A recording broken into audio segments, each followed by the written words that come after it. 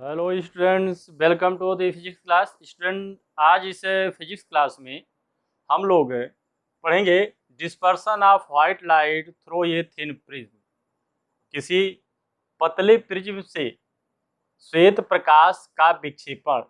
किसी पतले प्रिज्म से किसी पतले प्रिज्म से या किसी पतले प्रिज्म के द्वारा किसी पतले प्रिज्म से श्वेत प्रकाश का विक्षेपण।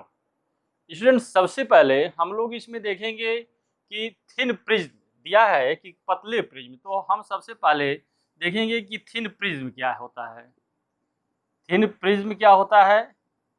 अगर किसी प्रिज्म के ऊपरी भाग का हम क्रॉस सेक्शन देखें तो ये एक ट्रायंगुलर शेप का होता है, त्रिभुज के आकार का होता है।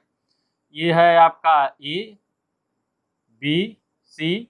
इसको हम कहते हैं, अगर ऊपर है तो इसके सामने ये बेस है तो इसको कहते हैं एंगल ऑफ प्रिज्म, जिसको हम एंगल ऑफ प्रिज्म को ए से लिखते हैं। प्रिज्म पतला होने का मतलब ये है कि ये का मान जो है बहुत कम हो, यानी अगर हम इसके ए के मान को कम करते जाएं तो ये प्रिज्म हमारा जो है पतला होता जाएगा। मीनिंग दैट कि ए का मान जो है हम क्या करेंगे, कम करेंगे। ये नियर अबाउट होता है 10 डिग्री से कम कर दिया जाए। ए का मान यानी प्रिज्म कोण का मान जो है हम 10 डिग्री से इसको कम कर देंगे। दूसरी चीज, अगर हम ए के मान को 10 डिग्री से कम कर देंगे तो इसके प्रिज्म के द्वारा जो विचलन होगा, angle of minimum deviation, angle of minimum deviation, minimum angle of minimum deviation, angle of minimum deviation जिसको हम कहते हैं अल्पतम विचलन, लिखते हैं डेलियम से, इसका मान भी कम होगा। क्योंकि इसका मान कम होने का क्यों कम होगा? क्योंकि प्रिज्म जब पतला होगा तो प्रकाश की किरण इसमें बहुत कम दूरी तक है, प्रिज्म में बहुत कम दूरी तय करेंगे, जिसमें के कारण इसका जो विचलन होगा कम होगा और जो मिनिमम डेविएशन होगा ये और ही कम, और ज़्यादा कम हो जाएगा। इसका मतलब क्या होगा कि पतले प्रिज्म के लिए ए का मान तथा डेल्टा एम का मान दोनों कम होगा। किसी पतले प्रिज्म के लिए ए का मान तथा डेल्टा एम का मान दोनों बहुत कम होगा। तो आइए हम देखते हैं deviation through a thin prism क्या निकलता है, इसका सूत्र कैसे हम निकालते हैं। सबसे पहले हम इसमें पढ़ेंगे deviation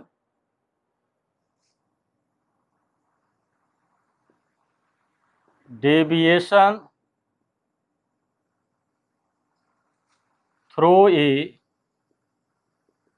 thin prism. Deviation through a thin prism, जिसको हिंदी में कहते हैं पतले प्रिज्म द्वारा विचलन,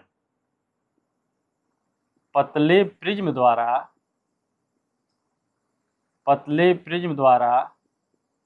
विचलन।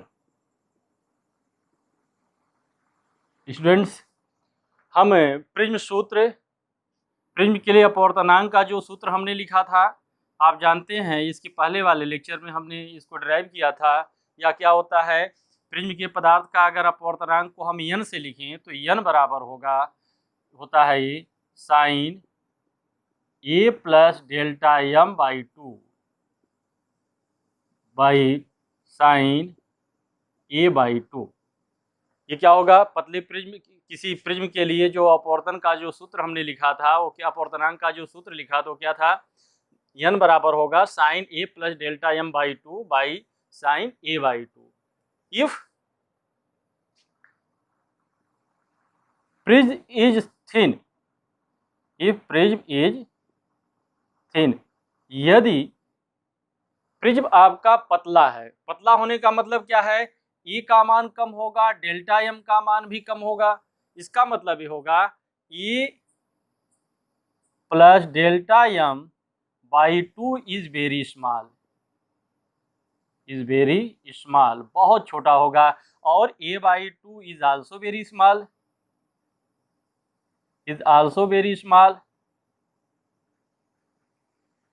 ए बाई 2 का मान भी कम होगा। इसलिए आप जानते हैं जब थीटा का मान कम होता है तो आप क्या लिखते हैं साइन थीटा का मान अगर कम होगा साइन थीटा को थीटा लिख देते हैं। मीनिंग दैट हम क्या लिख देंगे, यहाँ लिख देंगे sine A plus delta del M by two की जगह हम A plus del M by two लिखेंगे। यानी हम यहाँ पर सीधे लिख दें यन बराबर क्या हो जाएगा, यन बराबर क्या हो जाएगा, यन बराबर हो जाएगा,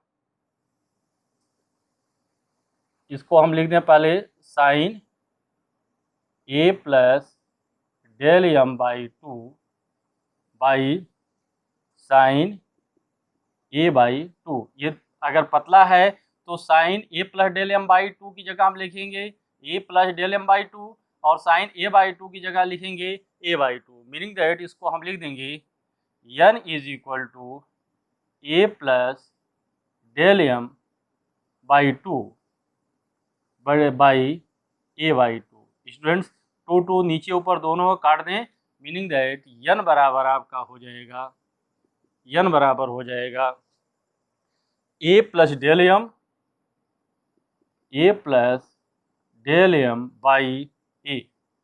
इसको मल्टीप्लाई कर दें, यन ए बराबर हो जाएगा ए प्लस डेल एम या डेल एम बराबर हो जाएगा N A minus A, minus ए।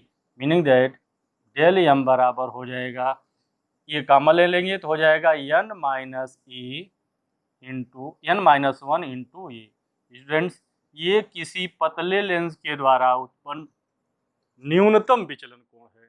आप इस फार्मूले से देखिए कि न्यूनतम विचलन कोण का मान जो है आपतन कोण पर डिपेंड नहीं करता, यह केवल प्रिज्म के पदार्थ के अपवर्तनांक तथा प्रिज्म कोण पर निर्भर करता है।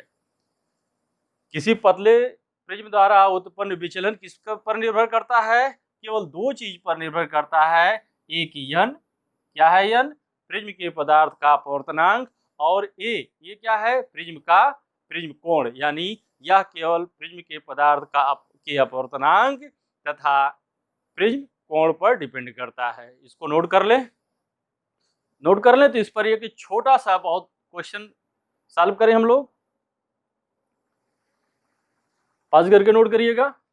ये क्वेश्चन इस पर लिख लेते हैं, कभी कभी पूछा जाता है, पास करके नोट करिएगा इसको। ये क्वेश्चन देखते हैं हम।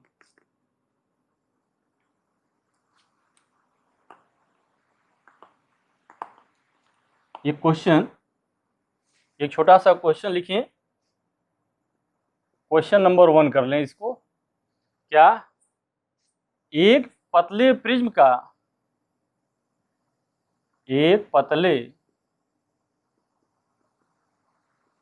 प्रिज्म का प्रिज्म कोण,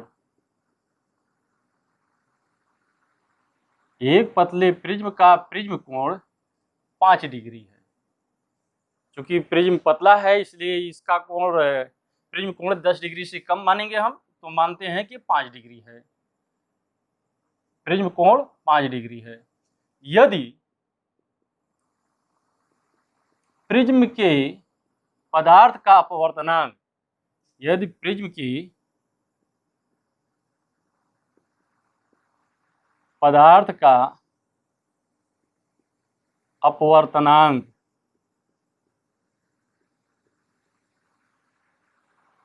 1.62 हो तो, यदि प्रिज्म के पदार्थ का अपवर्तनांक 1.62 हो तो प्रिज्म द्वारा उत्पन्न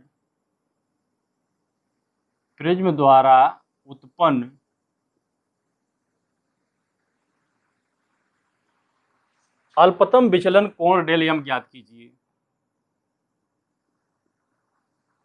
अल्पतम विचलन कोण डेल एम ज्ञात कीजिए।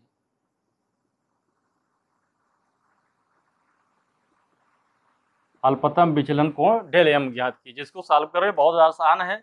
अभी हम इसके पहले जो फार्मूला ड्राइव किए हैं, अल्पतम किसी पतले प्रिज्म के लिए अल्पतम विचलन कोण डेल एम बराबर हमने सॉल्व किया है, ये आया है n-1 इंटू ए।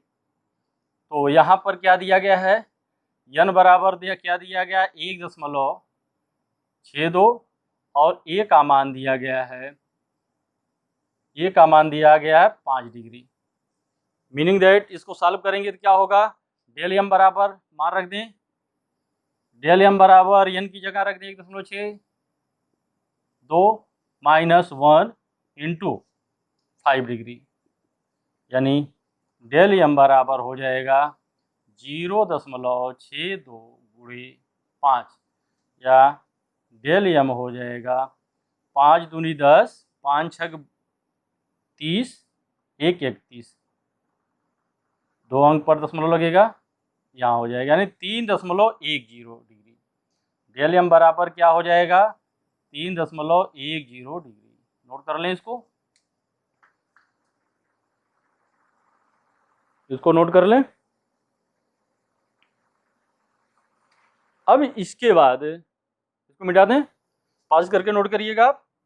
चलिए अब इसके बाद हमको जो मेन हमारा टॉपिक है, पतली प्रिज्म द्वारा श्वेत प्रकाश का विक्षेपण।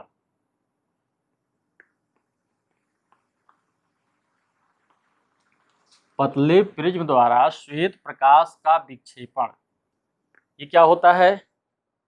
सपोज कीजिए कि हमारे पास एक प्रिज्म है,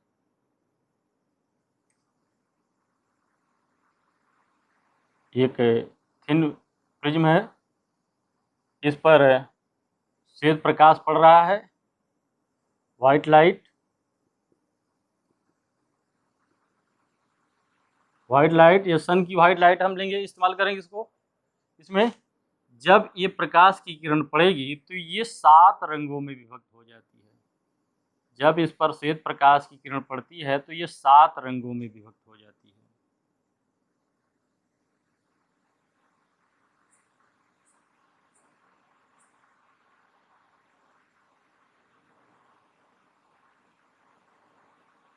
ये कितने रंगों में विभक्त हो गई, 7 रंगों में विभक्त हो जाती है। किसी प्रिज्म द्वारा श्वेत प्रकाश का 7 रंगों में विभक्त होना, किसी प्रिज्म द्वारा श्वेत प्रकाश का 7 रंगों में विभक्त होना वर्ण विक्षेपण कहलाता है। श्वेत प्रकाश का वर्ण विक्षेपण कहलाता है। ये आपका जो है क्या होगा, श्वेत प्रकाश का वर्ण विक्षेपण होगा, जिसको हम प्रिज्म का विक्षेपण या परिक्षेपण कहते हैं।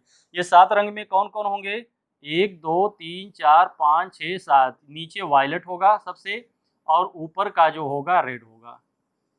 नीचे का पार्ट क्या होगा, वायलेट होगा, और ऊपर रेड होता है। आप 7 कलर के नाम याद भी किए होंगे, BIBGYOR, V for violet, indigo, blue, green, yellow, orange, red. Students ये अगर इसकी तरंग दैर्घ्य के रूप में हम देखें तो ये जो है ये होता है, इसकी जो तरंग दैर्घ्य होती 4000 एंगस्ट्रॉम के लगभग होती है, जबकि लाल रंग की जो तरंग दैर्घ्य होती है ये होता 7800 एंगस्ट्रॉम। इसके ऊपर का जो पार्ट पड़ता है उसको हम अल्ट्रावायलेट कहते हैं, और इंफ्रारेड कहते हैं इसके ऊपर वाला भाग, और नीचे वाला जो भाग होता है उसको हम अल्ट्रावायलेट कहते हैं। स्टूडेंट्स किसी प्रिज्म द्वारा श्वेत प्रकाश की किरण को 7 रंगों की किरणों में विभक्त होना वर्ण विक्षेपण कहलाता है। ये घटना परिघटना जो होती है क्या कहती है, वर्ण विक्षेपण कहती है। किसी पर्दे पर प्राप्त इन 7 रंगों के प्रतिरूप को, इस पैटर्न को, जो क्रमशः है वायलेट से रेड तक, या ऊपर से देखें रेड से वायलेट तक, इस प्रतिरूप को, इस पैटर्न को हम स्पेक्ट्रम कहते हैं। इसको क्या कहते हैं, स्पेक्ट्रम कहते हैं। यानी वर्ण विक्षेपण के लिए अगर हम चाहें तो लिख लें, इसको क्या लिखेंगे, श्वेत प्रकाश की किरण, आगे लिखेंगे इसमें श्वेत प्रकाश की किरण,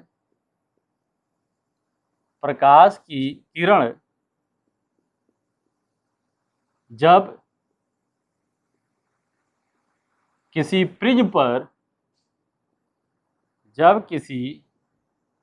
प्रिज्म पर पड़ती है तो, जब किसी प्रिज्म पर पड़ती है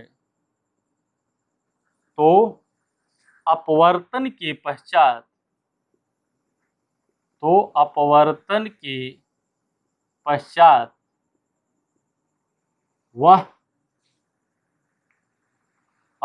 के पश्चात वह 7 रंगों के किरण में, 7 रंगों के किरण में विभक्त हो जाती है।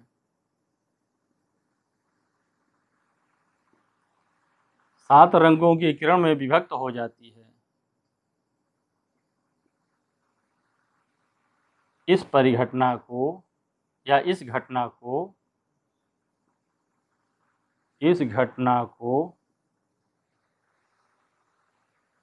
श्वेत प्रकाश का वर्ण विक्षेपण कहते हैं। श्वेत प्रकाश का वर्ण विक्षेपण कहते हैं, या एनसीईआरटी में इसी को लिखा है परिक्षेपण।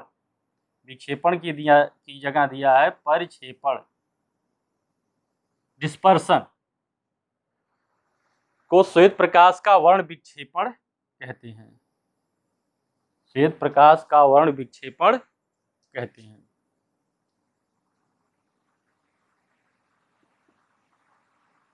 इसी के आगे हम लिख लें, किसी पर्दे पर प्राप्त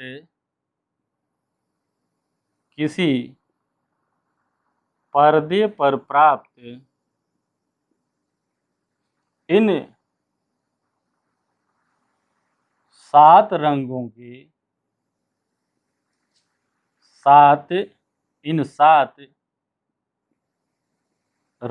के क्रमागत या क्रमशः प्रतिरूप को, 7 रंगों के क्रमशः प्रतिरूप को स्पेक्ट्रम कहते हैं।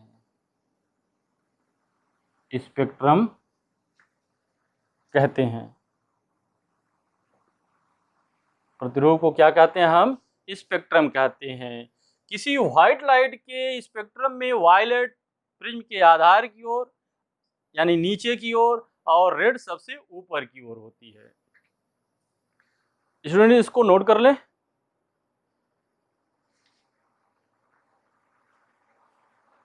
नोट कर लिया। अब इसके बाद वर्ण विक्षेपण का कारण क्या होता है, इसको हम लिखेंगे। मिटा दीजिए इसको। चलिए अब उसके बाद वर्ण विक्षेपण का कारण देखते हैं। इसका कारण क्या है? वर्ण विक्षेपण का कारण, रीजन, इसका कारण क्या है? देखें कारण क्या होगा इसका। देखिए स्टूडेंट्स, जब आप अपवर्तनांक पढ़ रहे थे तो ये फार्मूला आपने देखा था, n = c/v। c जो होता है निर्वात में प्रकाश की चाल होती है, b जो है माध्यम में प्रकाश की चाल होती है। प्रकाश की चाल को हम b को लिख सकते हैं किसी माध्यम में f × लैम्डा, जहाँ f आपतित प्रकाश की आवृत्ति है और लैम्डा उसकी तरंग दैर्घ्य है। मीनिंग दैट n = लिख सकते हैं c/f × लैम्डा। f आपका कांस्टेंट होगा। आप जानते हैं कि जब प्रकाश की किरणों का अपवर्तन अथवा परावर्तन होता है उसकी आवृत्ति में कोई चेंजिंग नहीं होती है, और ये इसका मतलब है कि n is inversely proportional to 1/λ। जो पदार्थ का अपवर्तनांक होता है वह प्रकाश की तरंग दैर्घ्य का व्युत्क्रम होता है, यानी जिस प्रकाश की तरंग दैर्घ्य सबसे अधिक होगी उसके लिए अपवर्तनांक का मान सबसे कम होगा। जिस पदार्थ की तरंग दैर्घ्य सबसे अधिक होगी उसके लिए अपवर्तनांक का मान सबसे कम होगा, और जिसके लिए लैम्डा का मान सबसे कम होगा उसके लिए अपवर्तनांक का मान सबसे अधिक होगा।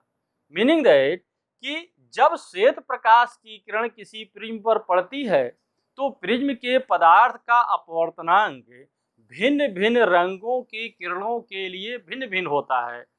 इसका मान सबसे अधिक वायलेट किरण के लिए होता है, इसलिए ये सबसे ज़्यादा विचलित होती है, और सबसे कम जो है रेड के लिए होता है, इसलिए यह सबसे कम विचलित होती है। इसके बीच में सारी बाकी जो है 5 किरणों का क्रमशः विचलन होता है। माने किसको हम लिख लेंगे, क्या लिखेंगे, इसको क्या लिखेंगे, इसका कारण क्या लिखेंगे, प्रिज्म के पदार्थ का अपवर्तनांक, प्रिज्म के पदार्थ का अपवर्तनांक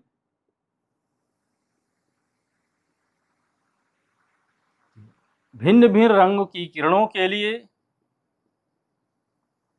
भिन्न भिन्न रंग की किरणों के लिए, भिन्न भिन्न रंग की किरणों के लिए भिन्न भिन्न होता है, भिन्न भिन्न होता है। इसका मेन कारण क्या है कि प्रिज्म के पदार्थ का अपवर्तनांक भिन्न भिन्न रंगों की किरणों के लिए भिन्न भिन्न होता है। आगे क्या लिखेंगे, बैगनी रंग के लिए सबसे अधिक, बैगनी रंग के लिए, बैगनी रंग की किरण के लिए, रंग की किरण के लिए सबसे अधिक, तथा लाल रंग की किरण के लिए, लाल रंग की किरण के लिए सबसे कम होता है, सबसे कम होता है। इसलिए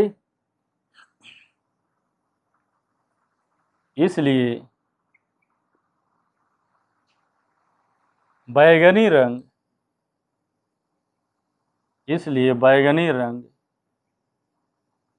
की किरण सबसे अधिक विचलित होती है, सबसे अधिक विचलित होती है। बैगनी रंग की किरण सबसे अधिक विचलित होती है,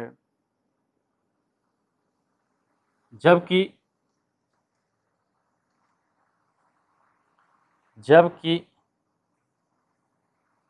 लाल रंग की किरण,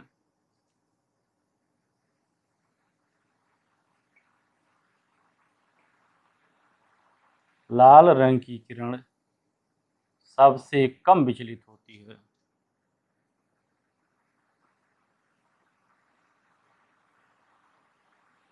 से कम विचलित होती है।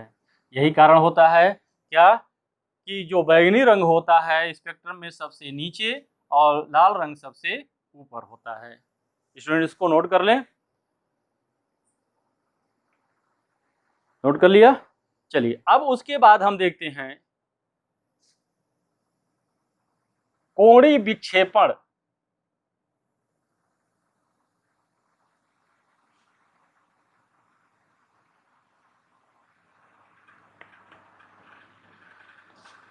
इसके बाद हम देखते हैं कोणीय विक्षेपण क्या होता है, एंगुलर डिस्पर्सन।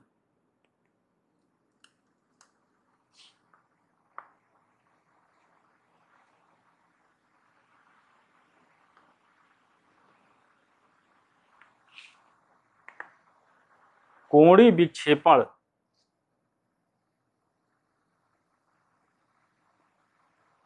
कोणीय विक्षेपण एंगुलर डिस्पर्सन,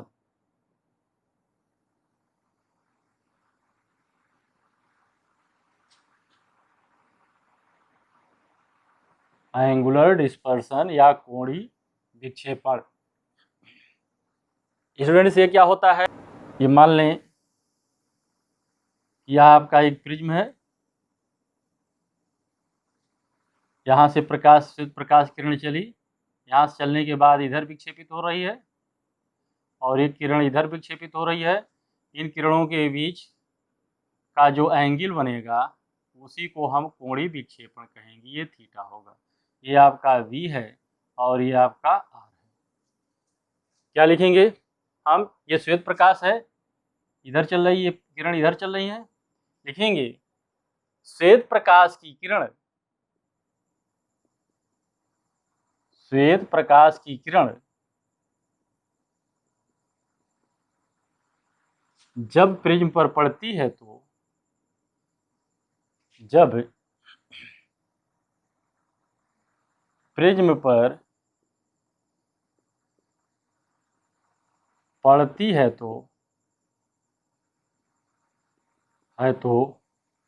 7 रंगों में विभक्त होकर, तो अपवर्तन के पश्चात, तो अपवर्तन के पश्चात 7 रंगों में, 7 रंगों में विभक्त होकर, 7 रंगों में विभक्त होकर निर्गत होती है। 7 रंगों में विभक्त होकर निर्गत होती है। इन 7 रंगों में से, इन 7 रंगों में से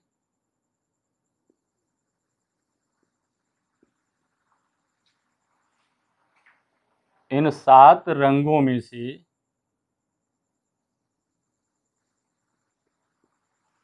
किन्हीं 2 किरणों के बीच में से, किन्हीं 2 किरणों के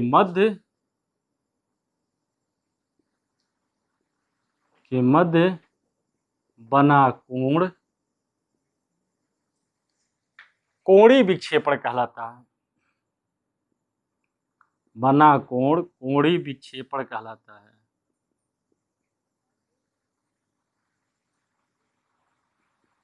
कोणीय विक्षेपण कहलाता है। मीनिंग दैट कोणीय विक्षेपण थीटा बराबर क्या होगा? कोणीय विक्षेपण को अगर हम थीटा से लिखे तो क्या होगा? कोणीय विक्षेपण थीटा इज इक्वल टू क्या होगा? ये प्रकाश की किरण को अगर ये जाना चाहिए था, ऐसे सीधे इसको जाना चाहिए था। ये इसका विचलन कितना हो गया? इसका ये कितना विचलित हो गई?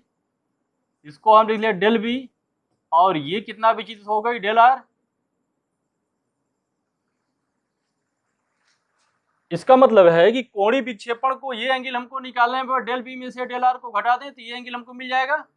यानी इसको लिखेंगे del B minus del R, del B minus del R. जो कोणीय विक्षेपण होगा कितना होगा? Del B minus del R. But अभी इसके पहले आपने सॉल्व किया है, डेल एम निकाला था आपने। ये क्या होता है?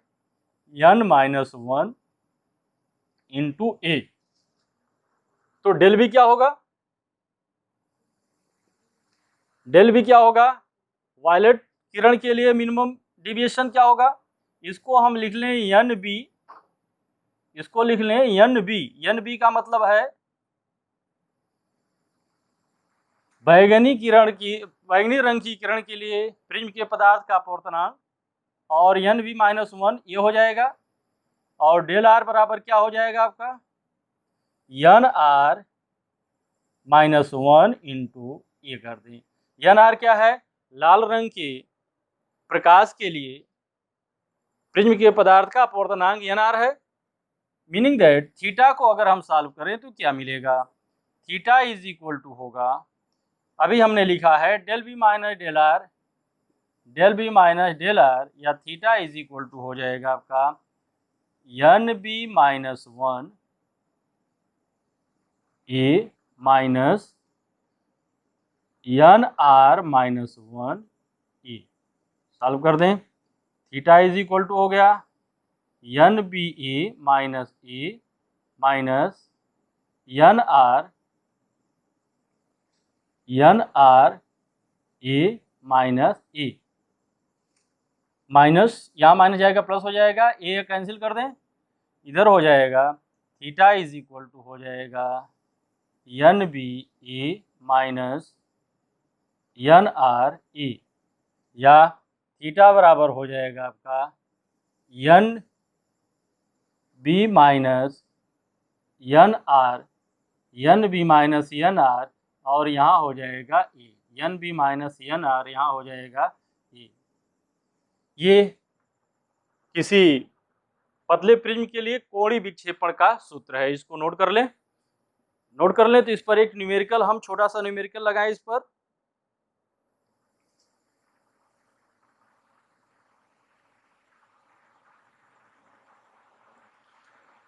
मिटा दें इसको।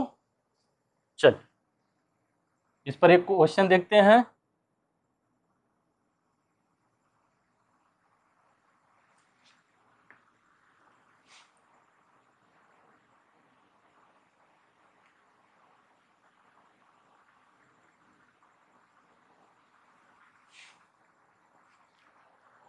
Question number 2। क्वेश्चन नंबर 2, एक प्रिज्म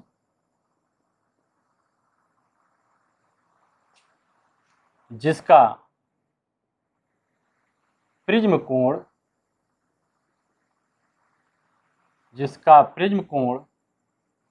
7 डिग्री है। एक प्रिज्म है जिसका प्रिज्म कोण जो है 7 डिग्री है, जिसका प्रिज्म कोण 7 डिग्री है, कि पदार्थ का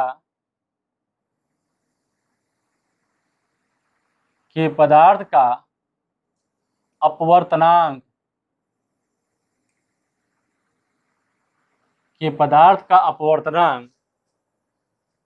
लाल रंग के लिए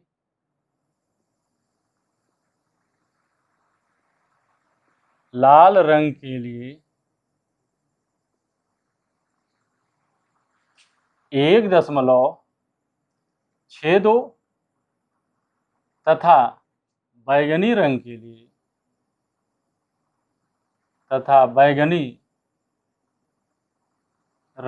लिए 1.64 है।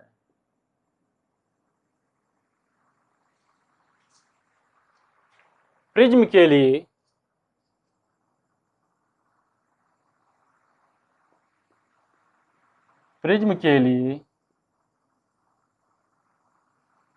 कोणीय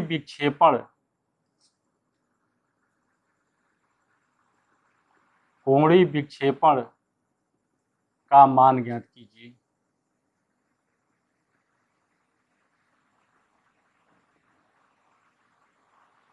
प्रश्न को एक बार फिर से देख लें।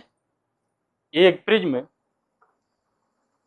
जिसका प्रिज्म कोण 7 डिग्री है, कि पदार्थ का अपवर्तनांक लाल रंग के लिए दिया है। इसको अगर हम सॉल्व करेंगे तो डाटा लिखेंगे पहले। लाल रंग के लिए मीन से दिया है एन आर, ये बराबर दिया 1.62। लाल रंग के लिए क्या लिखा है 1.62, तथा बैगनी रंग के लिए एन वी का मान कितना दिया है 1.64, 1.64 दिया हुआ है, कितना है। और प्रिज्म कोण दिया हुआ है, ए का मान दिया हुआ है 7 डिग्री। ए का मान कितना दिया है 7 डिग्री।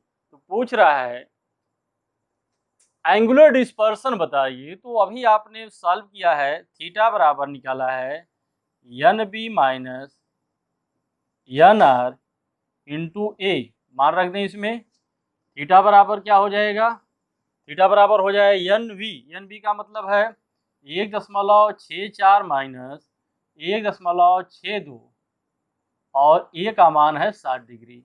गुणा कर दें, इसको हल कर लें। थीटा बराबर हो जाएगा, इसमें से घटा देंगे तो ये आएगा 0. ये 4 में से 2 निकालेंगे तो 2 इतना आएगा गुणे 7, यानी थीटा बराबर हो जाएगा 7 दूनी 14, 0.14 डिग्री आएगा। थीटा का मान कितना आएगा 0.14 डिग्री आएगा। स्टूडेंट्स इसको नोट कर लें। नोट कर लिया। चलिए अब इसके बाद अगला क्वेश्चन लिखते हैं। अगला टॉपिक है वर्ण विक्षेपण क्षमता, dispersive power of A prism,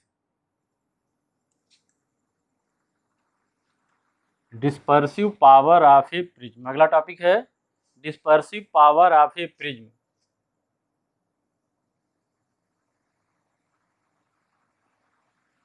dispersive power of A prism, prism की वर्ण विक्षेपण क्षमता, इसको बोलते हैं वर्ण विक्षेपण क्षमता। वर्ण विक्षेपण क्षमता, वर्ण विक्षेपण क्षमता क्या होती है? जैसे ये आपका प्रिज्म है, प्रिज्म पर श्वेत प्रकाश की अगर किरण पड़ती है तो 7 रंगों में विभक्त होती है। 7 रंगों में से हम 2 रंग ले लें, एक ले लें रेड कलर के लिए और दूसरा वायलेट के लिए और दूसरा ले लें रेड के लिए। अब ये किरण इसमें ले लेते हैं हम, इसके मध्य में जिसको हम येलो देते हैं, जिसको माध्य किरण कहते हैं।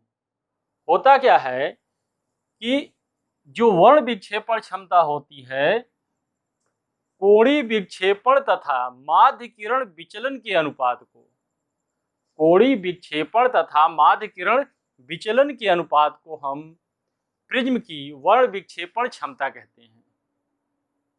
प्रिज्म की वर्ण विक्षेपण क्षमता कहते हैं। मीनिंग दैट ये आपका वायलेट था, येलो है और यहाँ पर ये है रेड है। इसमें लिखेंगे क्या? श्वेत प्रकाश जब किसी प्रिज्म पर पड़ता है तो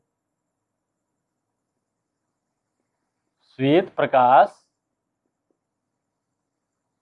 जब किसी प्रिज्म पर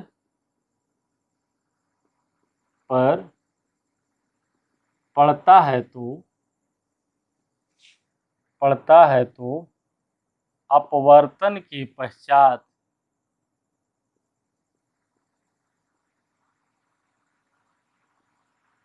अपवर्तन के पश्चात 7 रंगों में विभक्त हो जाता है। 7 रंगों में विभक्त हो जाता है।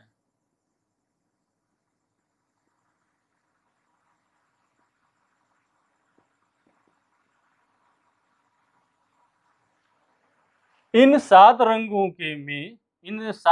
में से इन 7 रंगों में से इन 7 रंगों की निर्गत किरणों में से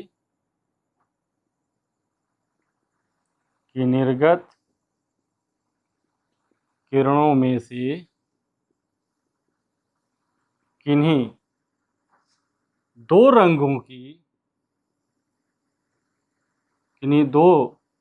रंगों के लिए, विशेष करके इसको बैगनी और लाल किरण लेते हैं, इन्हीं 2 रंगों के लिए कोणीय विक्षेपण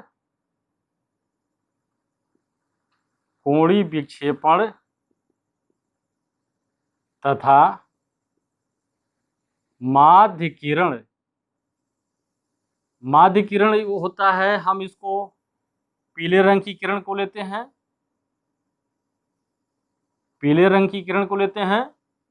माध्य किरण, कोणीय विक्षेपण तथा माध्य किरण विचलन के अनुपात को, माध्य किरण विचलन के अनुपात को वर्ण विक्षेपण क्षमता कहते हैं। के अनुपात को वर्ण विक्षेपण क्षमता कहते हैं। वर्ण विक्षेपण क्षमता कहते हैं। वर्ण विक्षेपण क्षमता को हम W से लिखते हैं ओमेगा से। वर्ण विक्षेपण क्षमता ओमेगा बराबर क्या होगा? Del V minus del R। Del V minus del R क्या है? एंगुलर डिस्पर्सन तथा माध्य किरण विचलन येलो रंग के लिए हम डेल वाई लिख दें, माध्य किरण विचलन डेल वाई लिख दें हम इसको हम कहते हैं वर्ण विक्षेपण क्षमता। इसको क्या बोलते हैं, इस फार्मूले को? ओमेगा क्या है? वर्ण विक्षेपण क्षमता। वर्ण विक्षेपण क्षमता ओमेगा बराबर होता है del B minus del R बटे डेल वाई। इसको नोट कर लें, नोट कर लें, इसको नोट कर लें तो इसको हम और आगे सॉल्व करें। चलिए, इसको नोट कर लिए होंगे आप, आगे देखते हैं।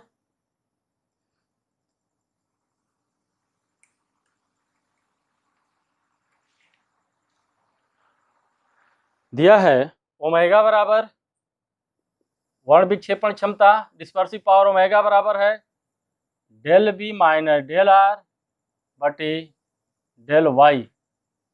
सबका मान रख दें। डेल बी बराबर क्या होगा, यहाँ पर डेल बी देखें क्या है, डेल जैसे डेल हम लिखते हैं, ये होता है आपका n minus one into A लिखते हैं, तो ऐसे डेल बी बराबर लिखेंगे यहाँ N B minus one into A del R, ये होगा N R minus one into A, और डेल वाई बराबर होगा N Y minus one into A. इसको रख करके सॉल्व कर लें हम इसको, मीन्स ओमेगा बराबर होगा डेल बी की जगह रख दें हम N B minus one into A minus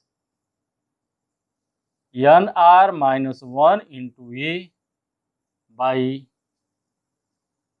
N Y minus one into A.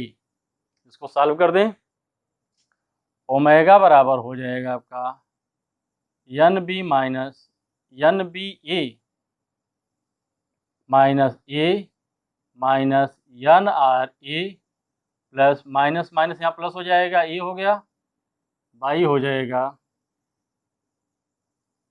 N Y minus one into A. Students, ये यहाँ माइनस है, यहाँ प्लस है, कैंसिल हो जाएगा, ओमेगा बराबर हो जाएगा N B A minus N R A by N Y minus one into A.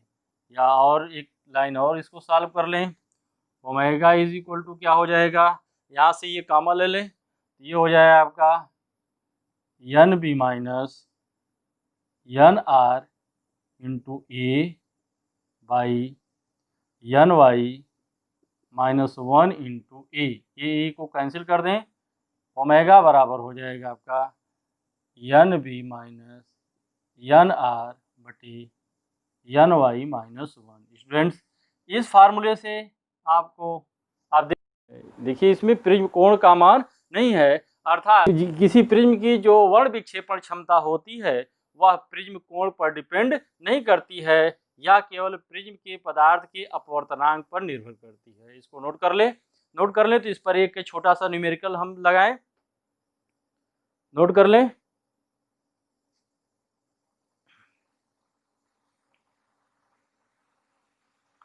Note कर लिया? चलिए एक क्वेश्चन देखते हैं।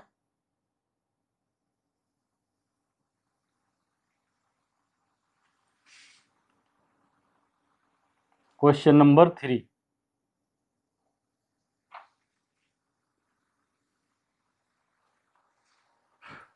क्वेश्चन नंबर 3,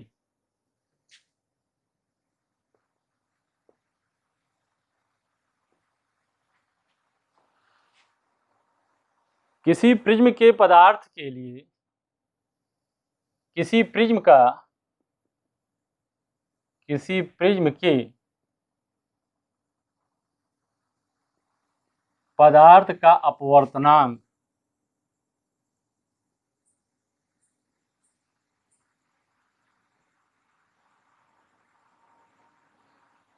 लाल रंग, पीले रंग तथा बैंगनी रंग, लाल रंग, पीले रंग तथा बैगनी रंग की प्रकाश की किरणों के लिए प्रकाश की किरणों के लिए प्रकाश की किरणों के लिए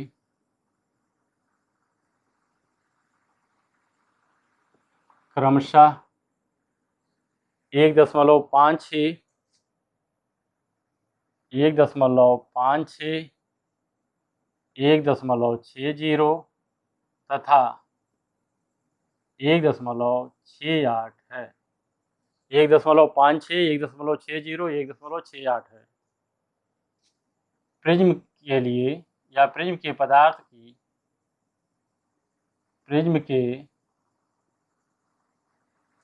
की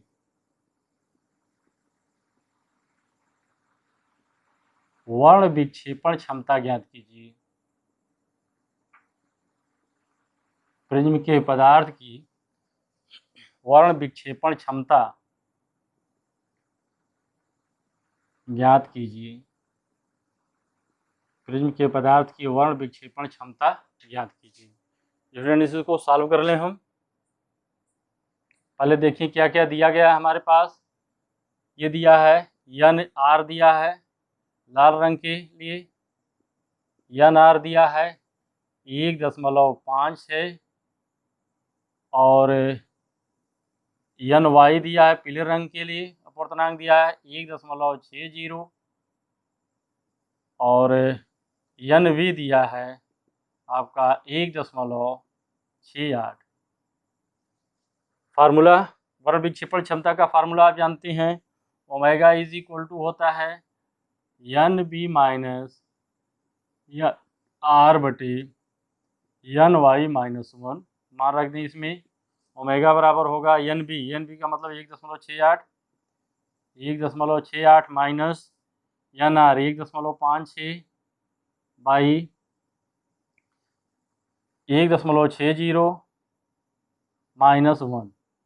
इसको सॉल्व करें, ओमेगा बराबर हो जाएगा, ये हो जाएगा आपका 6 2 8, 8 में से 6 निकालेंगे 2 और 6 में से 5 निकालेंगे 1 बटे 0.60 या ओमेगा बराबर क्या होगा, ओमेगा बराबर होगा 12/60 या 12×5 बराबर 1/5 या ओमेगा बराबर हो जाएगा 5 दूनी 10 0.2।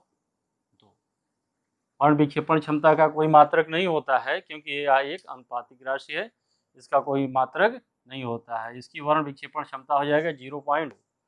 स्टूडेंट्स इस तरह से आपकी किताब में बहुत सारे प्रश्न दिए गए हैं और ये पहले तो आपके कोर्स में बहुत लंबा चैप्टर इसका होता था, लेकिन बहुत शॉर्ट फॉर्म में आपके एकेडमी में पूछा जाता है, इसलिए मैं यहाँ पर बहुत थोड़ा सा इस पर डिस्कस कर रहा हूँ। आप अपनी किताब से इससे संबंधित और भी प्रश्नों को सॉल्व करते रहिए, पढ़ाई करते रहिए। Best of luck.